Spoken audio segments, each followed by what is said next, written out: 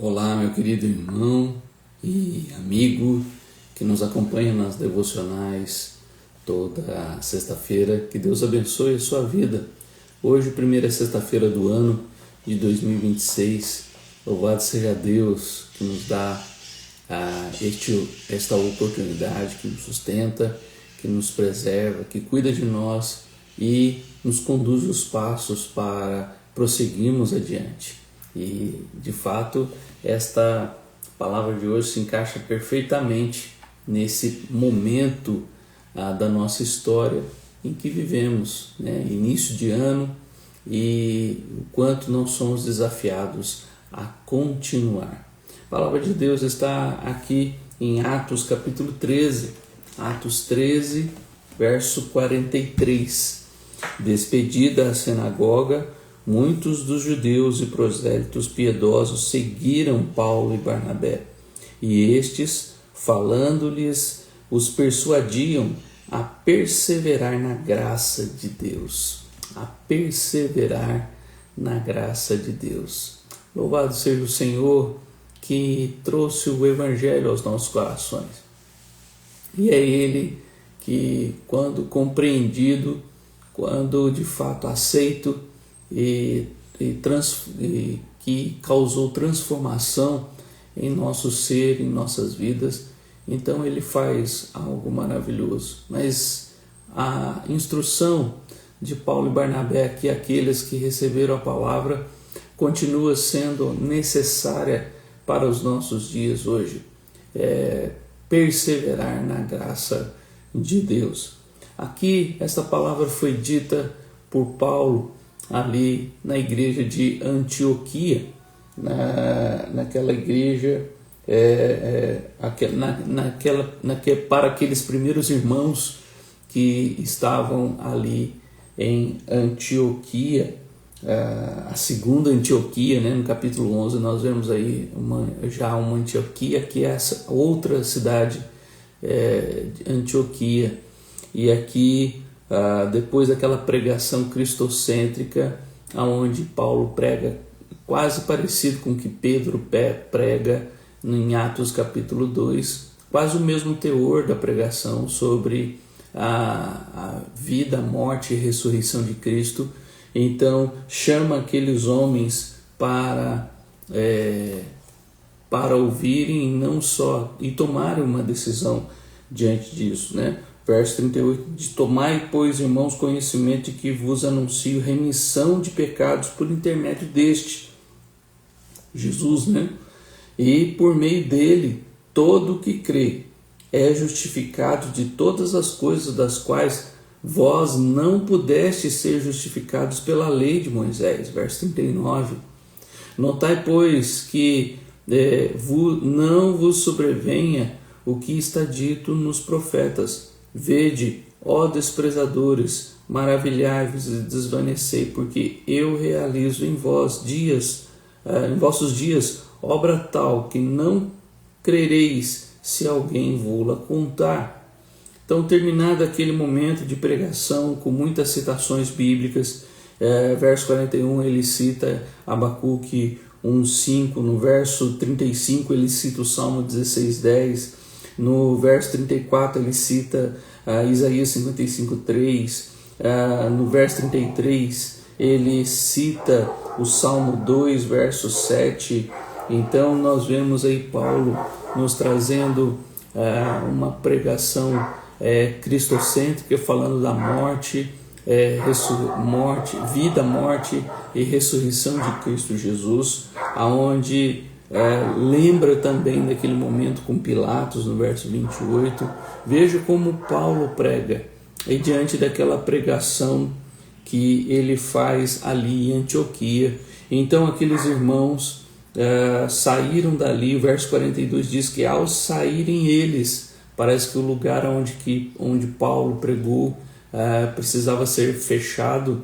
Então naquela sinagoga eles saíram dali, foram para suas casas, mas veja, ao saírem rogaram que no sábado seguinte lhes falasse estas mesmas palavras. O evangelho tão transformador que eles pregavam eles queriam ouvir de novo a mesma palavra no outro dia. E o verso 44 diz que no sábado seguinte, então, Paulo e Barnabé foram, como eles haviam pedido, e afluiu quase toda a cidade para ouvir a palavra de Deus. Se você já imaginou nisso, que quão precioso quão maravilhoso o evangelho transformador. Quase todos, quem não tinha ido uma semana antes, agora foi e participou daquele momento na sinagoga. Então muitas outras pessoas que não ouviram Paulo uma semana atrás, agora podem ouvi-lo naquele momento, só que de agora com uma complicação, porque tem pessoas que não gostaram da palavra de Paulo naquele dia e causaram problemas, de modo que Paulo vai sair dali, vai bater a poeira da sandália e vai sair daí, se você continuar lendo o texto ali do que aconteceu. Mas naquele dia, naquela primeira pregação, antes da segunda, uma semana depois que muita gente, mais pessoas foram, naquela primeira pregação, os judeus, os prosélitos piedosos, que estavam ali, muitos também gentios que estavam ali, seguiram Paulo e Barnabé até sua casa. Interessante que Champlin ele vai dizer que alguns autores antigos, como Beza, por exemplo, vai entender que isso aqui é o início das reuniões semanais do meio da semana, onde as pessoas saem do culto no domingo e durante a semana então buscam novamente estar junto com a igreja para estudar a palavra do Senhor. E aqui eles estão na casa, ou pequeno grupo, que se reúne nas casas. Aqui eles estão na casa de Paulo e Barnabé para ouvirem mais uma vez a palavra do Senhor. E ali então Paulo e Barnabé falam para eles e persuadem a perseverar na graça de Deus. É interessante que na primeira Antioquia, ali no capítulo 11, no verso 23, diz assim: tendo ele chegado e vendo a graça de Deus, alegrou-se. Quem chegou aqui? Barnabé chegou ali em Antioquia, no verso 22, e chegando ali, o que ele viu? Ele viu a graça de Deus. Aqueles irmãos que foram dispersos, que agora estão ali em Antioquia, estão pregando a palavra de Deus, como a gente vê no versos 19 e 20, e o verso 21 diz que as pessoas estão se convertendo ali em Antioquia. E agora, quando Barnabé chega, ele vê aquela alegria, ou a graça do Senhor sendo manifestada pelo Evangelho, e ele se alegra e exorta a todos que com firmeza de coração permanecessem no Senhor. Aqui nós temos o mesmo princípio que Paulo e Barnabé fazem aqui nesta outra cidade de Antioquia. Quando o Evangelho chega, aqueles que recebem o Evangelho precisam permanecer nele, precisam perseverar nele. Interessante que Champlin vai lembrar aqui da ideia da parábola do semeador. É preciso perseverar na graça do Senhor a partir da aceitação ou da entrega, da transformação que o Evangelho produz por meio da pregação. Então a fé vem pela pregação, como Paulo vai ensinar em Romanos 10, e aqui nós vemos então essa fé no coração deles, de modo que agora eles são desafiados a permanecer, a perseverar nesta graça de Deus.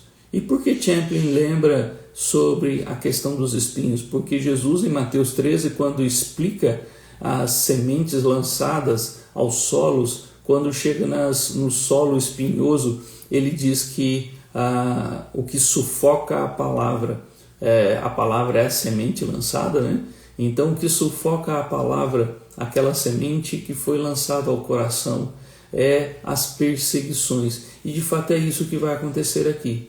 Se você continuar no texto, versos 44 em diante, você vai ver que alguns judeus não quiseram ouvir, não deram ouvidos à palavra, à palavra pregada, mas rejeitaram. E algo que acontece sempre na pregação: uns vão receber, outros vão rejeitar. E como a gente vê também ali no Areópago, em Atenas, né, tem um terceiro grupo, aqueles que são indiferentes. Uns vão receber, outros vão rejeitar e outros vão continuar indiferentes à pregação do Evangelho, à pregação de todo domingo. Então, a importância de perseverar na graça do Senhor, a insistência ou a exortação de Paulo e Barnabé aqui, aqueles irmãos que saíram do culto e foram para suas casas para continuar ouvindo as verdades do Evangelho, aquilo impactou tanto o coração deles que eles ficaram maravilhados e queriam ouvir mais e queriam continuar ouvindo. Nesse sentido, meu querido, não basta apenas ouvir e iniciar, mas é necessário perseverar. E é aqui que entra o grande desafio de todo pastor, de todo irmão que vê, de todo irmão que estimula outro, né, aconselha outro e orienta aquele que está desanimado, aquele que está triste, aquele que está pensando em desistir, aquele que está ausente da igreja.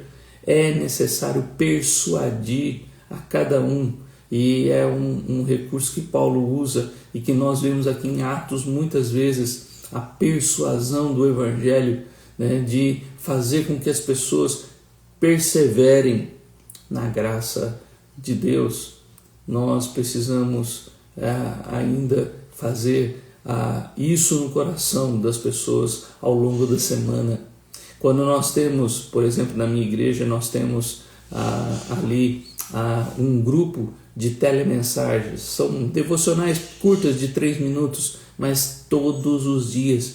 Nós temos isso todos os dias. Nós temos as leituras, né, o plano de leitura anual, agora que nós estamos começando o ano, né, nós já estamos no dia 2 aqui, hoje, né, aqueles que têm o plano anual de leitura. Como é importante você ler a palavra de Deus todos os dias. Como é importante você estar envolvido com Deus, porque se você se envolve com Deus somente aos domingos, você é um sério candidato a desistir. Você precisa perseverar na graça do Senhor quando não está com a igreja no domingo.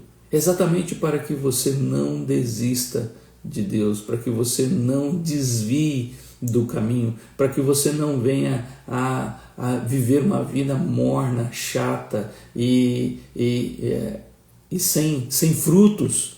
Você precisa perseverar na graça do Senhor. Recebeu o Evangelho, começou o Evangelho, começou a viver a vida no Evangelho, você agora precisa perseverar na graça. Aquele que começou precisa continuar, precisa insistir. E a ideia de na graça de Deus aqui que Paulo vai dizer é a ideia de um lugar.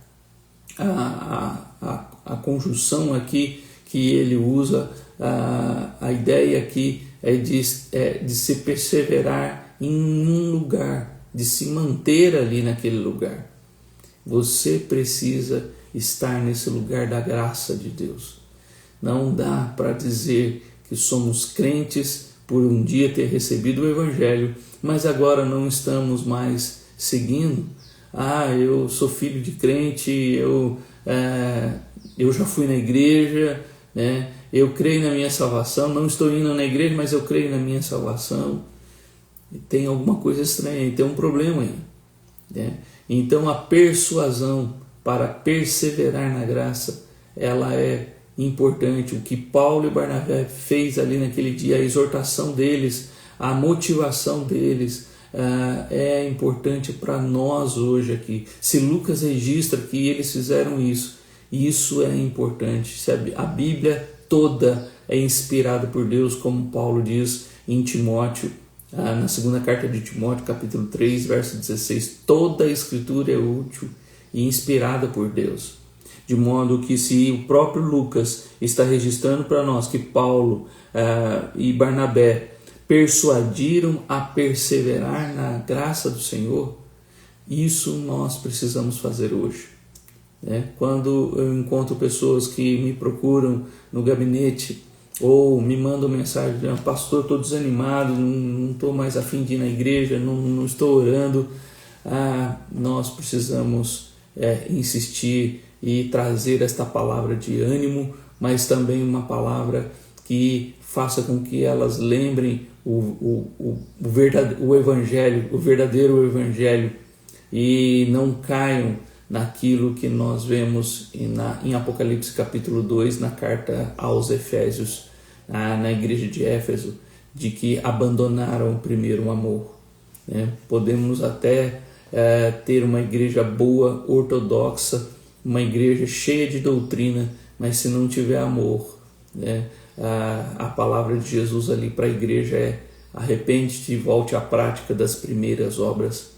E então este povo aqui, animado, que ouviu aquele evangelho naquele dia, buscaram Paulo e Barnabé, continuaram, saíram do culto naquele dia, saíram da sinagoga e foram para a casa deles, porque queriam ainda ouvir. Não dava para esperar no fim da outra semana, mas queriam continuar ouvindo ainda.